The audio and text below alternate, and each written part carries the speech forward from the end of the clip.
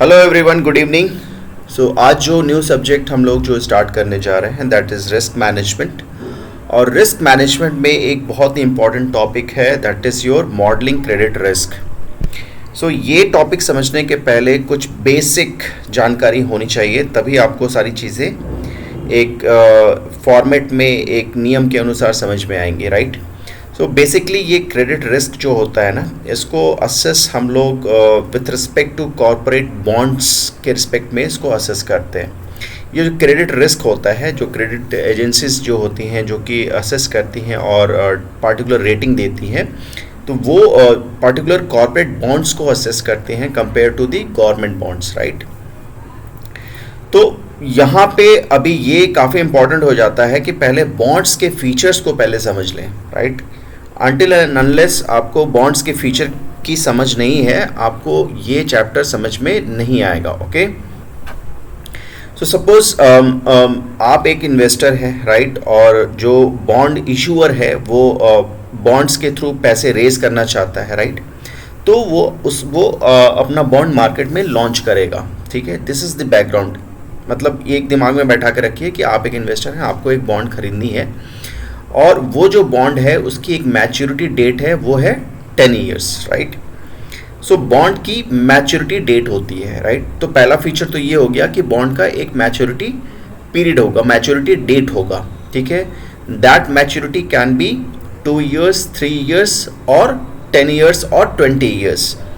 ये बॉन्ड जब आप खरीदने जाएंगे तो आपको ये सारी चीज़ें पता होनी चाहिए। पहला फीचर क्या कि बॉन्ड का एक मैच्योरिटी डेट होता है, ठीक है। तो बेस्ड ऑन द मैच्योरिटी और जो हमने जो एग्जांपल लिया हुआ है यहाँ पे, तो we have assume that this particular bond has a maturity period of 10 years. तो उसको मैंने टाइमलाइन पे यहाँ पे ड्रॉ कर दिया है, राइट, 10 ईयर्स, राइट।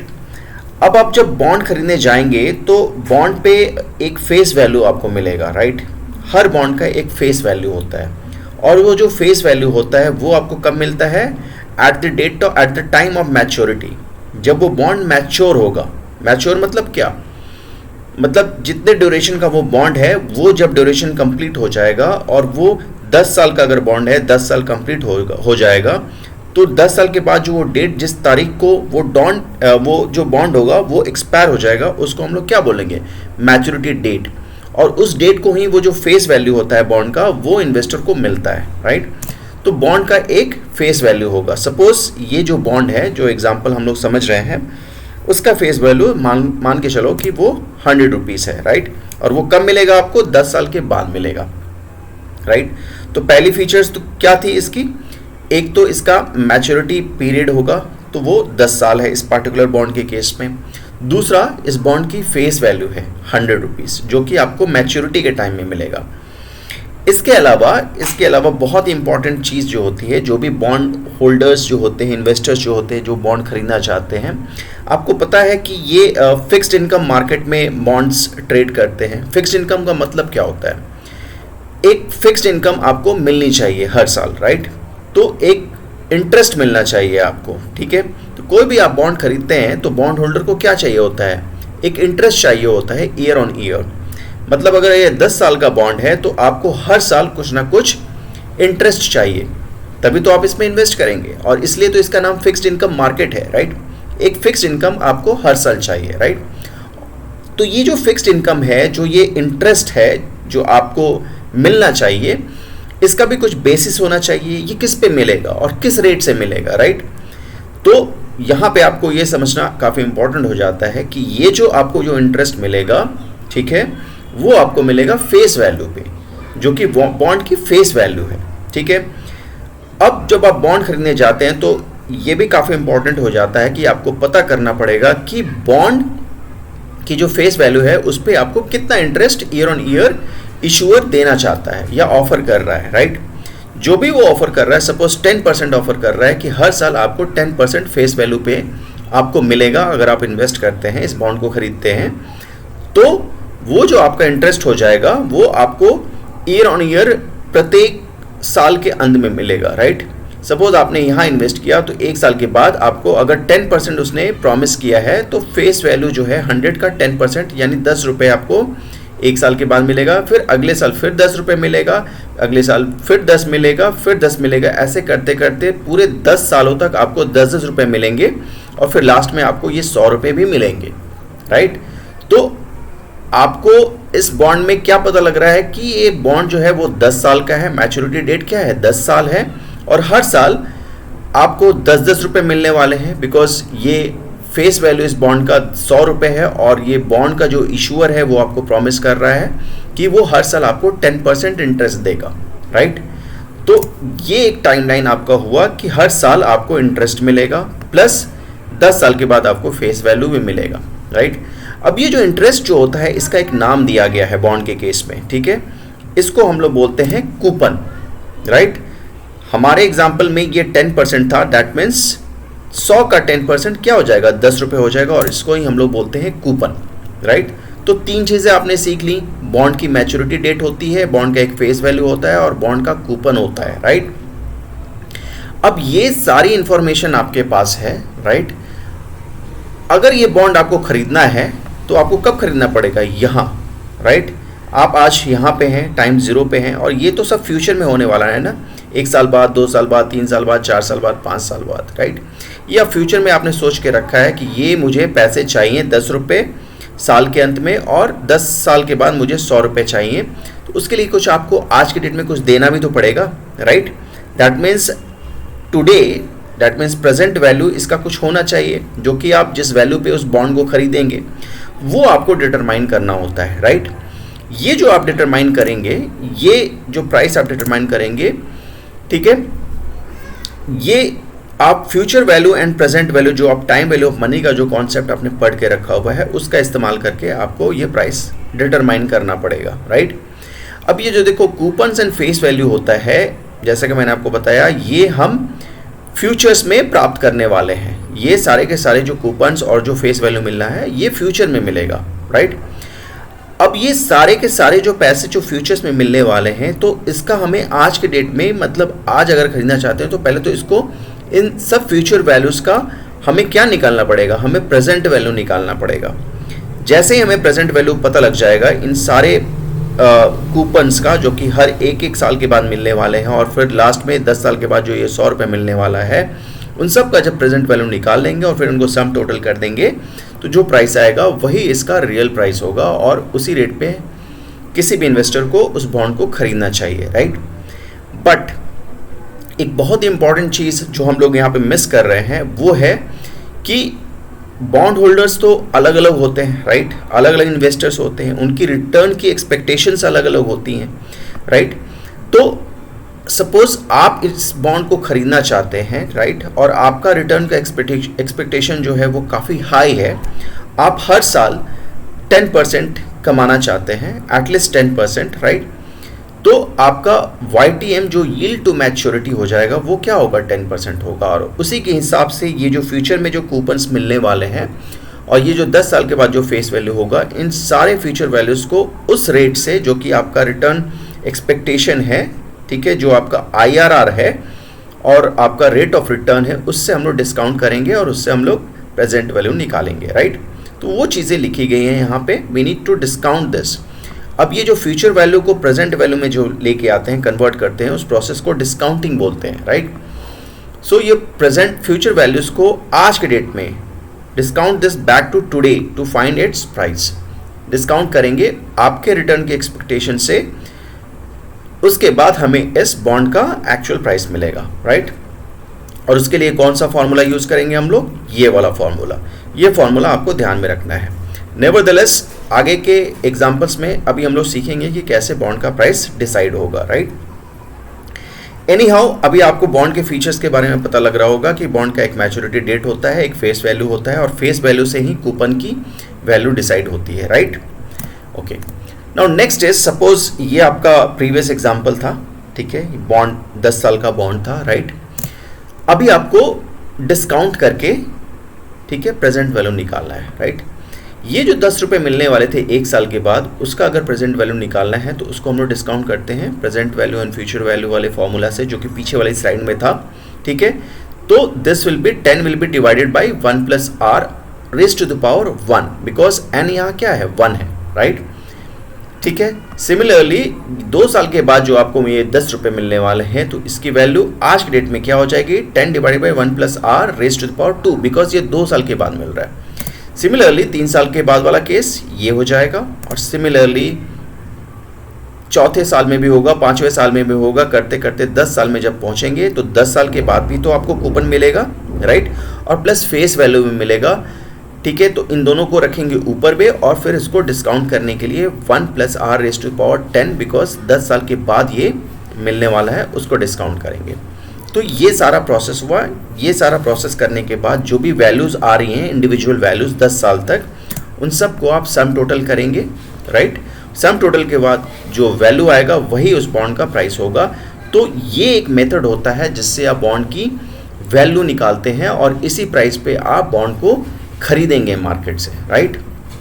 इसी प्राइस पे आप बॉन्ड को खरीदेंगे। तो कोई अगर बोलता है कि बॉन्ड का प्राइस क्या होना चाहिए based on the features of the bond, अगर बॉन्ड का फेस वैल्यू दिया हुआ है, बॉन्ड का कूपन रेट दिया हुआ है, बॉन्ड का मैच्योरिटी पीरियड दिया हुआ है, तो आप अब प्राइस निकाल सकते हैं। ये मेथड होता है, उसका मेथोडोलॉजी यही है, राइट। बट यहाँ पे आर की वैल्यू आपको डिसाइड करनी है, राइट। आर मैंने आपको बताया ये आपका रिटर्न का एक्सपेक्टेशन है, ये आपका इंटरनल रेट ऑफ रिटर्न है, ये रेट ऑफ रिटर्न जो आपकी इच्छा है कि इतना मुझे मिलना चाहिए, ठीक है। सपोज आपका जो रिक्वायर्ड रेट ऑफ रिटर्न है वो 10% पर एनम है, राइट। तो अगर यहाँ पे आर की जगह 10% रखेंगे, 10% का मतलब आर की जगह आप 0.10 रखिएगा, और फिर इनकी वैल्यूज़ निकालिएगा, फिर सम टोटल कीजिएगा, तो ये जो प्राइस आएगा आपका 100 रुपीज़ होगा, ठीक है।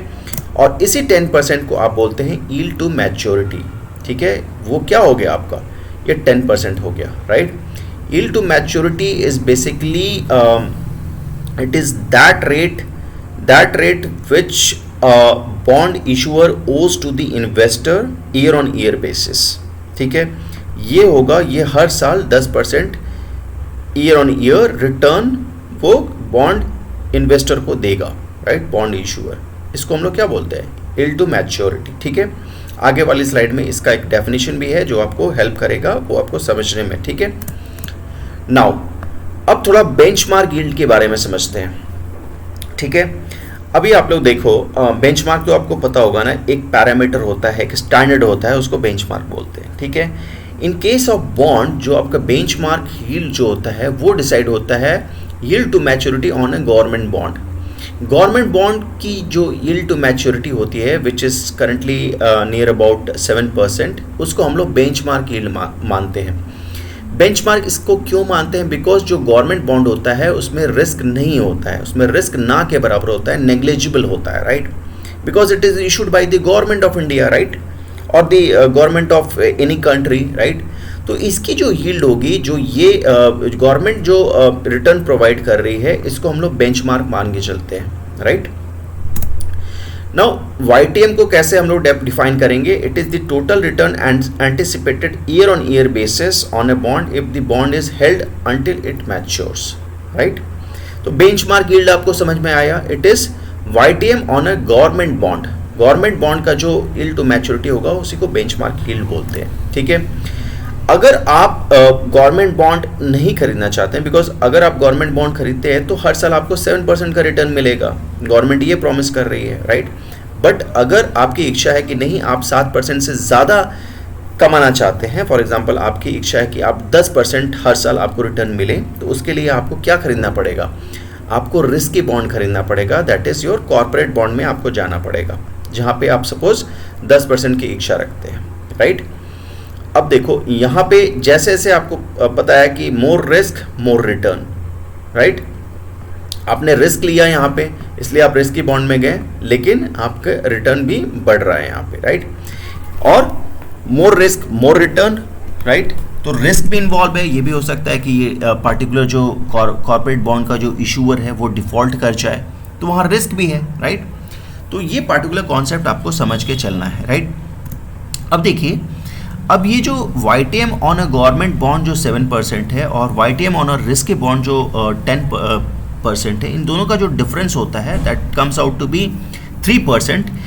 इस 3% को हम लोग क्या बोलते हैं, क्रेडिट स्प्रेड बोलते हैं, ठीक है। ये बहुत ही इंपॉर्टेंट टर्म है, आपको समझना पड़ेगा, ये एक बार समझ के चलिएगा। क्रेडिट स्प्रेड किसको बोलते हैं? Credit spread is the difference between the risky bond and YTM on a government bond. ठीक है, इसको एग्जाम्पल के तौर पे अगर एग्जाम में आता है तो आपको ये दिखा के पैरेलली दोनों साइड बाय साइड लिखना, उन दोनों का डिफरेंस दिखा देना। ठीक है, उसको हम लोग क्रेडिट स्प्रेड बोलते हैं। ठीक है, इतनी बातें समझ में आई? ठीक है, अब ये जो क्रेडिट स्प्रेड होता है ना, क्रेडिट स्प्रेड ये रिस्क का फंक्शन होता है। जैसे जैसे रिस्क बढ़ेगा क्रेडिट स्प्रेड बढ़ेगा। मार्क माय वर्ड्स, फिर से रिपीट कर रहा हूं, जैसे जैसे रिस्क बढ़ेगा, ठीक है, बॉन्ड के रेफरेंस में मैं बात कर रहा हूं, जैसे जैसे आप रिस्की बॉन्ड खरीदते जाएंगे, ठीक है, वैसे वैसे आपका क्रेडिट स्प्रेड बढ़ेगा। ठीक है, और आप अगर गवर्नमेंट बॉन्ड खरीदते हैं उस केस में आपका क्रेडिट स्प्रेड क्या हो जाता है? जीरो हो जाता है। ठीक है, वही चीजें यहां लिखी हुई हैं। This credit spread is a function of risk, therefore for a more risky corporate bond higher should be the credit spread, and if corporate bond is less risky credit spread should be less. Right, इसको एक और example से समझते हैं। ठीक है, अब जैसे क्रेडिट रेटिंग एजेंसीज होती हैं वो डिफरेंट कॉर्पोरेट बॉन्ड्स को रेट करती हैं। ठीक है, जो सबसे अच्छा बॉन्ड माना जाता है उसको वो लोग AAA से रेट करते हैं, फिर उससे जो नीचे का जो लेवल आता है उसको AA से वो लोग ग्रेड करते हैं, फिर उसके नीचे A से एंड देन B, BBB। ठीक है, अब देखिए जैसे जैसे हमने नीचे आ रहे हैं क्रेडिट स्प्रेड क्या हो रहा है? बढ़ रहा है। ठीक है, जैसे जैसे नीचे आ रहे हैं उसका मतलब क्या हुआ? उसका मतलब ये हुआ कि हम लोग रिस्की बॉन्ड की तरफ बढ़ रहे हैं। तो जैसे जैसे रिस्की बॉन्ड की तरफ बढ़ेंगे क्रेडिट स्प्रेड हमारा बेसिस पॉइंट, BPS का मतलब होता है बेसिस पॉइंट सिस्टम, ये हमारा क्रेडिट स्प्रेड भी बढ़ रहा है। राइट, ऑफ कोर्स बढ़ेगा, बिकॉज जैसे जैसे हम लोग रिस्क में रिस्की बॉन्ड खरीदेंगे तो हमारा रिटर्न का एक्सपेक्टेशन ज़्यादा है तो रिस्क भी बढ़ेगा और क्रेडिट स्प्रेड भी बढ़ेगा। पीछे के एग्जांपल में आपने देखा है कि क्रेडिट स्प्रेड क्या होता है? Credit spread is the difference between the YTM on a corporate bond, risky bond, and YTM on a government bond, that is your benchmark yield. Right, वही चीज़ें यहाँ पे समराइज की गई हैं। Rating is decreasing because of the risky nature of the bonds and credit spread is also increasing. Right, now अगला जो concept है जो कि बहुत ही इंपॉर्टेंट कॉन्सेप्ट है इसमें, एक्सपोजर अमाउंट। राइट, अब देखो जैसा कि हम लोग बात कर रहे हैं यहाँ पर रिस्क की बात कर रहे हैं। ठीक है, क्रेडिट रिस्क मॉडलिंग चैप्टर का ही नाम है। ठीक है, तो उसमें एक एक्सपोजर अमाउंट पहले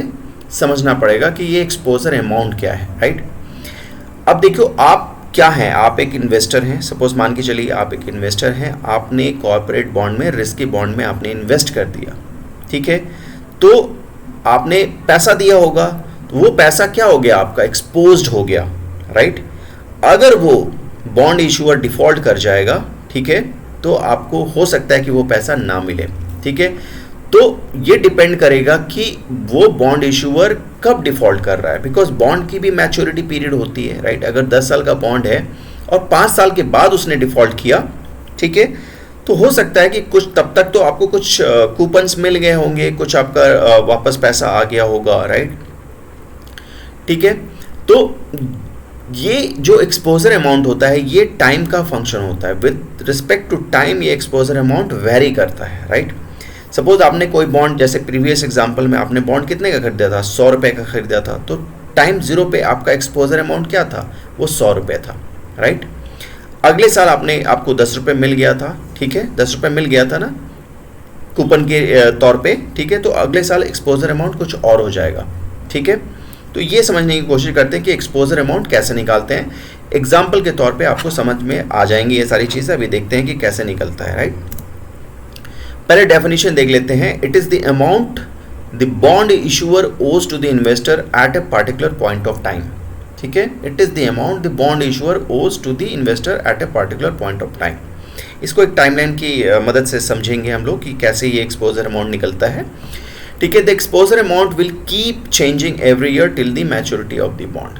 ठीक है, now let's understand through an example.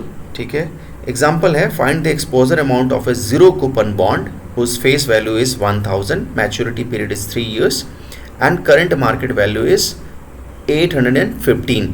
ठीक है, अब देखो यहाँ पे कुछ टर्म्स यूज़ किए गए हैं। Zero coupon bond, zero coupon bond का मतलब मैं आपको बता दूँ, जैसा कि प्रीवियस एग्जांपल में आपने देखा था कि हर साल आपको कूपन और इंटरेस्ट मिल रहा था।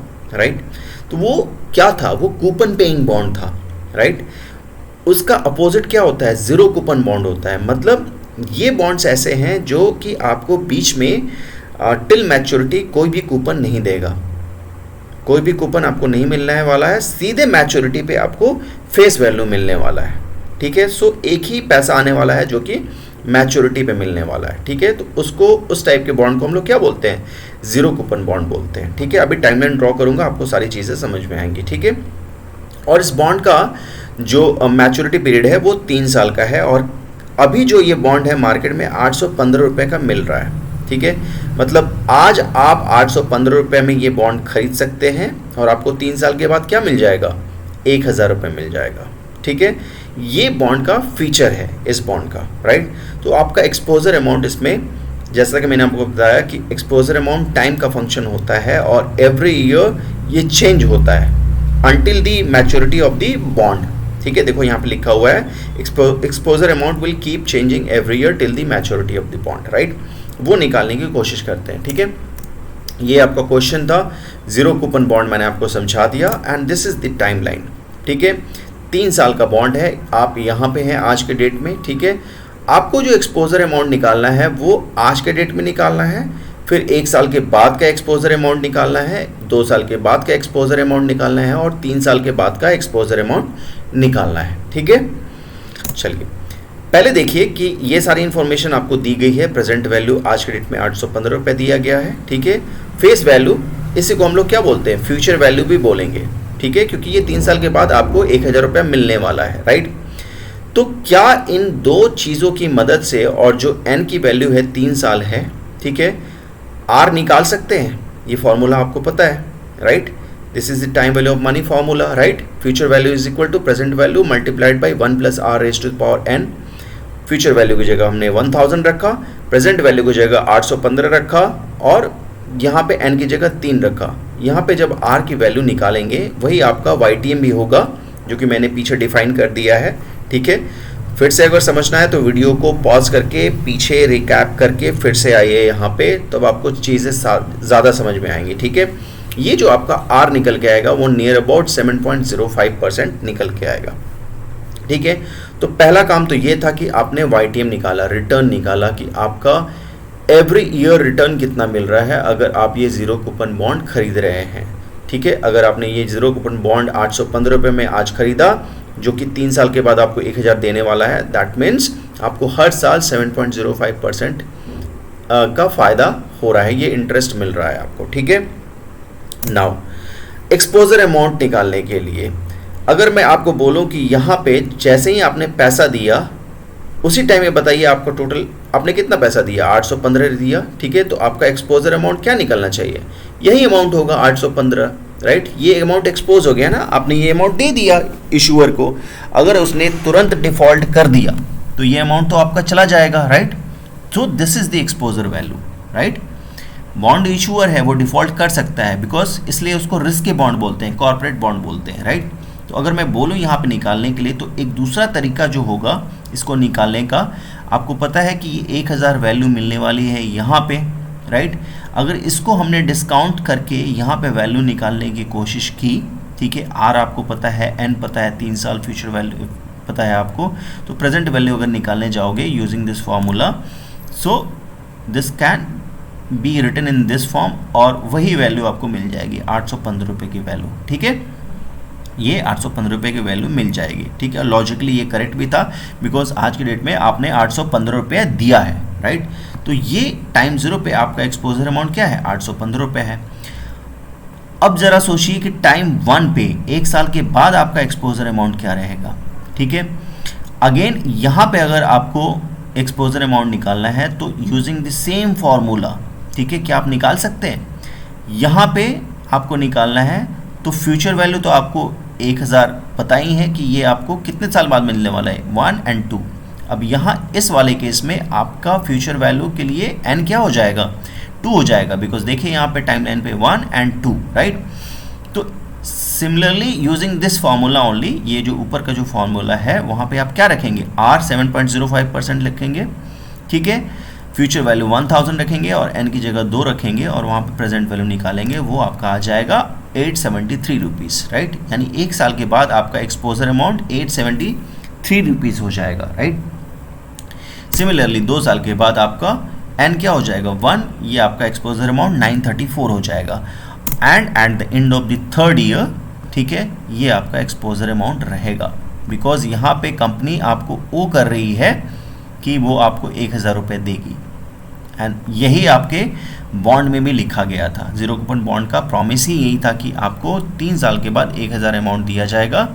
तो इसलिए ये आपका एक्सपोजर अमाउंट था, ठीक है। एक्सपोजर अमाउंट का डेफिनेशन एक बार फिर से देख लो आप लोग, क्या था।